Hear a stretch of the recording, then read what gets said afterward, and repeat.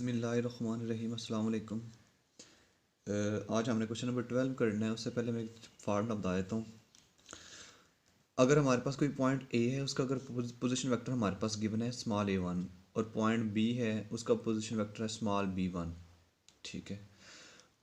अब एक ऐसा पॉइंट P जो कि इस लाइन ए बी को रेशो P/Q में डिवाइड करे, तो अगर आपने इस पॉइंट P का पोजीशन वेक्टर फाइंड करना तो उसके लिए फार्मूला क्या होगा।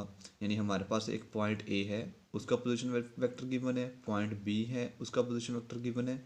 A B से जो लाइन बनती है उसको एक पॉइंट P डिवाइड करता है किस में, P/Q में।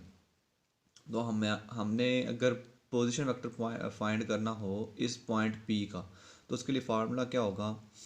आपने करना क्या है, सिंपली आपने इस क्रॉस मल्टीप्लाई समझ लो करना है। इस Q को मल्टीप्लाई करना है इस पोजीशन वेक्टर A के साथ, P को मल्टीप्लाई करना है इस पोजीशन वेक्टर B के साथ। यानी Q multiply by position vector A plus P multiply by B divided by इन दोनों रेशो की सम के साथ डिवाइड कर देना। अब क्वेश्चन नंबर 12 जो है सेम यही है। कहता है हमारे पास दो पॉइंट्स हैं C और D। ठीक है, उनके पोजीशन वेक्टर गिवन है, उनको मैंने स्मॉल a1 और स्मॉल b1 जो है उसका नाम दे दिया है। यानी पोजीशन वेक्टर क्या होता है, जिसका इनिशियल पॉइंट क्या हो, ओरिजिन हो ओ।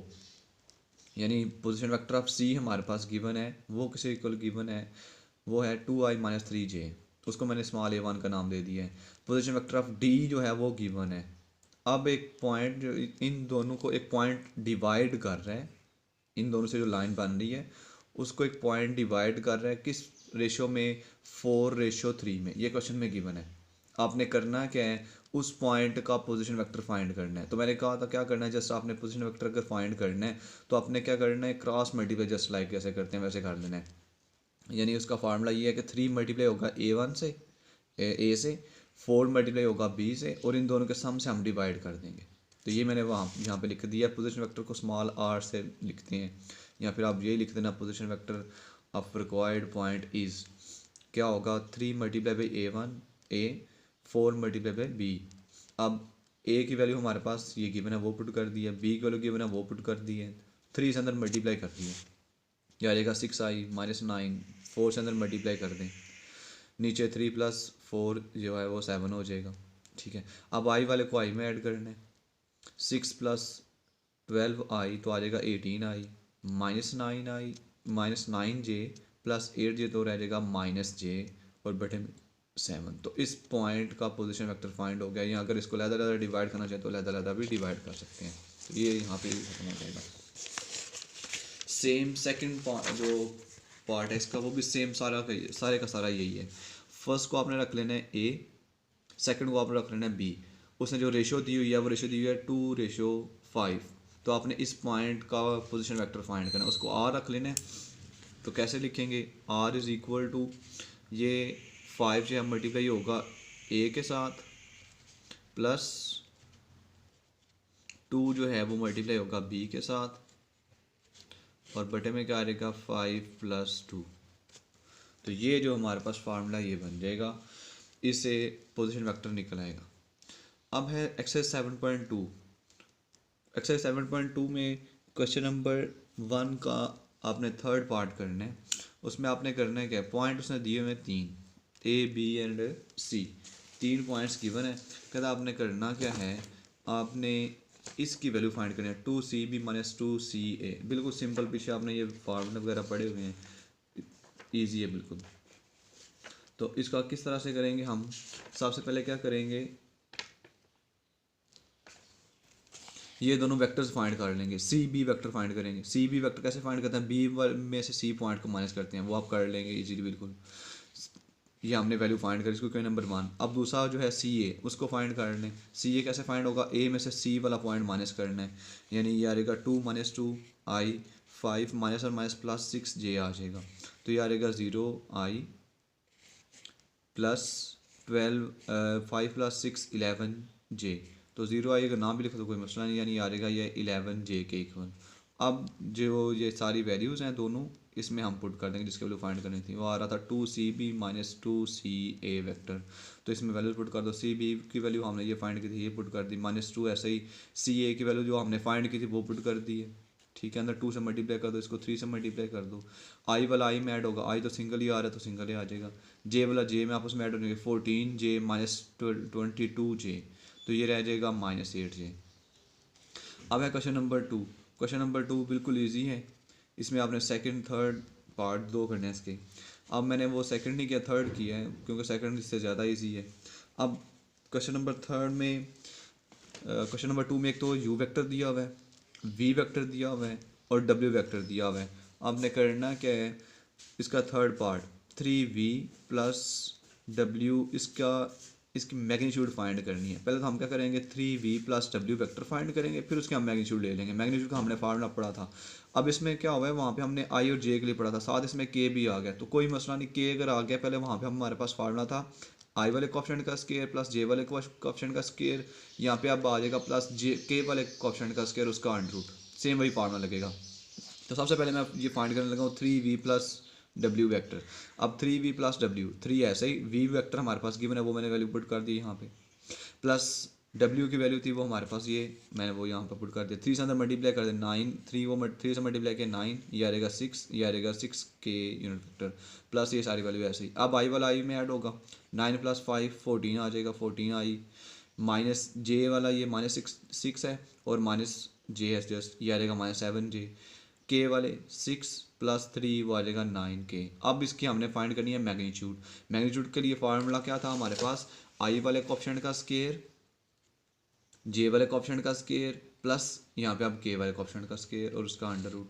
तो इन सबको जब ऐड करोगे तो आ जाएगा 3, स्केयर करके ऐड करेंगे तो आ जाएगा 326 और इसके ऊपर अंडर रूट आ रहा है। इसका डायरेक्ट अंडर रूट नहीं निकलता, वैल्यूज पॉइंट में आती है, तो वो अगर आपने फाइंड करनी तो कर सकते हैं। क्वेश्चन नंबर 3 जो है, क्वेश्चन नंबर 3 ये हमने पहले किया हुआ है लेकिन इसका थोड़ा सा डिफरेंस है इसमें। इसमें कहता है आपने करना है क्या है, एक तो वेक्टर की मैग्नीट्यूड फाइंड करनी है, दूसरा आपने इसके डायरेक्शन को साइंस बतानी है। अब डायरेक्शन को साइंस के लिए हमारे पास क्या फार्मूला है, या डायरेक्शन को साइंस सबसे पहले होते क्या हैं। लेट अस सपोज हमारे पास जो है ना वो एक लाइन है, एक लाइन आ रही है XYZ प्लेन में, यानी ये हमारे पास XYZ प्लेन है, ये x एक्सिस कह लें, ये y एक्सिस कह लें और ये जो है z एक्सिस कह लें। जैसे आपका रूम है, कहने के एक नीचे जो हमारे पास दो साइडें आ रही हैं, एक इस तरफ एक इस तरफ, ये एक एक्सिस रख लें, एक y एक्सिस जो अपवर्ड चल जा रही है छत की तरफ, उसको आप z एक्सिस रख लें। अब अगर हमारे पास इस XYZ प्लेन में कोई लाइन, कोई सी भी लाइन है L1 या L कुछ भी रख लें। अब जो ये लाइन x एक्सिस के साथ एंगल बनाती है उसको हम कहते हैं ये एंगल अल्फा है, जो y एक्सिस के साथ एंगल बनाती है उसको हम कहते हैं ये बीटा है, और जो z एक्सिस के साथ एंगल बनाती है उसको हम कहते हैं ये गैमा है। अब जो जो एंगल मान रहे हैं उनको हमने नाम दे दिया अल्फा, बीटा और गैमा। इन एंगल्स को हम कहते हैं ये डायरेक्शन एंगल हैं, यानी हमें ये डायरेक्शन बताते हैं इस लाइन की कि ये लाइन किस तरफ डायरेक्शन में जा रही है, ठीक है। अगर हम इन एंगल्स के कॉज ले लें तो हम उनको कहते हैं ये डायरेक्शन कोसाइंस है, कॉज अल्फा, कॉज बीटा और साथ क्या आ जाएगा कॉज गैमा। ये सारे के सारे डायरेक्शन एंगल्स जो डायरेक्शन कोसाइंस हैं। यानी डायरेक्शन एंगल की डेफिनेशन क्या है, XYZ प्लेन में हमारे पास कोई लाइन है, जो एंगल वो लाइन x एक्सिस के साथ, y एक्सिस के साथ और z एक्सिस के साथ बनाती है, इसको हम कहते हैं ये डायरेक्शन एंगल्स हैं। अगर इन एंगल्स के हम कॉज ले लें, कोसाइन ले लें, तो उसको हम कहते हैं ये डायरेक्शन कोसाइंस है, ठीक है। यानी cause alpha, cause beta, cause gamma. इनके लिए एक रिजल्ट है वो बाद में एंड पे बताऊंगा। तो ये हमने ये डायरेक्शन को, एक तो मैग्नीट्यूड फाइंड करनी है, दूसरा डायरेक्शन कोसाइंस फाइंड करनी है। बिल्कुल सिंपल। पहले आपने लास्ट सेक्शन में यूनिट वेक्टर जो है फाइंड करना आपने सीखा था, सेम वही करना आपने। सबसे पहले तो हमने बताना उसकी मैग्नीट्यूड बतानी थी। मैग्नीट्यूड के लिए फार्मूला भी मैंने बताया था, आई वाले का स्केयर, जे वाले का स्केयर और के वाले कोएफिशिएंट का स्केयर, उसका अंडर रूट, तो अंडर 3 आ जाएगा। अब मैग्नीट्यूड उससे पूछी थी, यूनिट वेक्टर नहीं था उसने पूछा, लेकिन हम खुद फाइंड करेंगे। फाइंड क्यों करेंगे, अब मैंने जो है ना वो वी यूनिट वेक्टर फाइंड की है। वी यूनिट वेक्टर का फार्मूला कहता है वी वेक्टर पर वी की मैग्नीट्यूड, वी वेक्टर पुट कर दिया, वी की मैग्नीट्यूड √3, सबके साथ रहता था डिवाइड कर दो। अब यहाँ पे जो यूनिट वेक्टर आपने फाइंड किया है, इसमें आई जे के का जो कोएफिशिएंट होगा वो असल में आपके पास डायरेक्शन कोसाइन होते हैं, वो डेफिनेशन जैसा आपको बताने के लिए वो होती क्या है, लेकिन फाइंड करने का क्या प्रोसेस है, आपने ये करना है कि आप सबसे पहले उसका यूनिट वेक्टर फाइंड कर लो। तो जो इसमें ये कोफिशिएंट जो ना वो साइन माइनस अभी आएगा, यानी आप सबसे पहले क्या करो, यूनिट वेक्टर फाइंड कर लो। अब जो आई जे के का कोफिशिएंट होगा वो आपके पास होगा डायरेक्शन को साइंस होंगे, यानी मैं यहाँ पे लिख दिया डायरेक्शन को साइंस आर। आई का कोफिशिएंट 1/√3, जे का कोफिशिएंट -1/√3, के का कोफिशिएंट -1/√3। तो ये हमारे पास डायरेक्शन को साइंस आ गए, या इनको इस तरह से भी लिखते हैं। एक्स वाले को हम लिखते हैं काज अल्फ़ा की वैल्यू, वाई वाले को लिखते हैं इसको, जे वाले को लिखते हैं, सॉरी आई वाले को लिखते हैं हम काज अल्फ़ा की वैल्यू, और उसके बाद इसको जो जे वाला है उसको लिखते हैं कास बीटा, और के वाले को लिखते हैं कास गैमा। ये डायरेक्शन को साइंस होते हैं। क्वेश्चन नंबर 11 जो है ना वो सेम तीनों पार्ट उसके यही हैं। कहता है आपने इसके डायरेक्शन को साइंस जो हैं वो बताने हैं। डायरेक्शन को साइंस कैसे बताने हैं, आपने उनके यूनिट वेक्टर फाइंड करने हैं, वो आपको मैंने पहले करना सिखाया है। यूनिट वेक्टर फाइंड करने के बाद क्या करेंगे, जो आई जे के कोफिशिएंट को, आई जे के जो कोफिशिएंट होंगे उनको हम कहेंगे ये डायरेक्शन को साइंस हैं, वो आपने खुद जो है वो सॉल्व करनी है। आज के लिए यही, कल इंशाल्लाह जो है वो नेक्स्ट जो क्वेश्चन है वो हम इंशाल्लाह करेंगे। अल्लाह हाफिज़।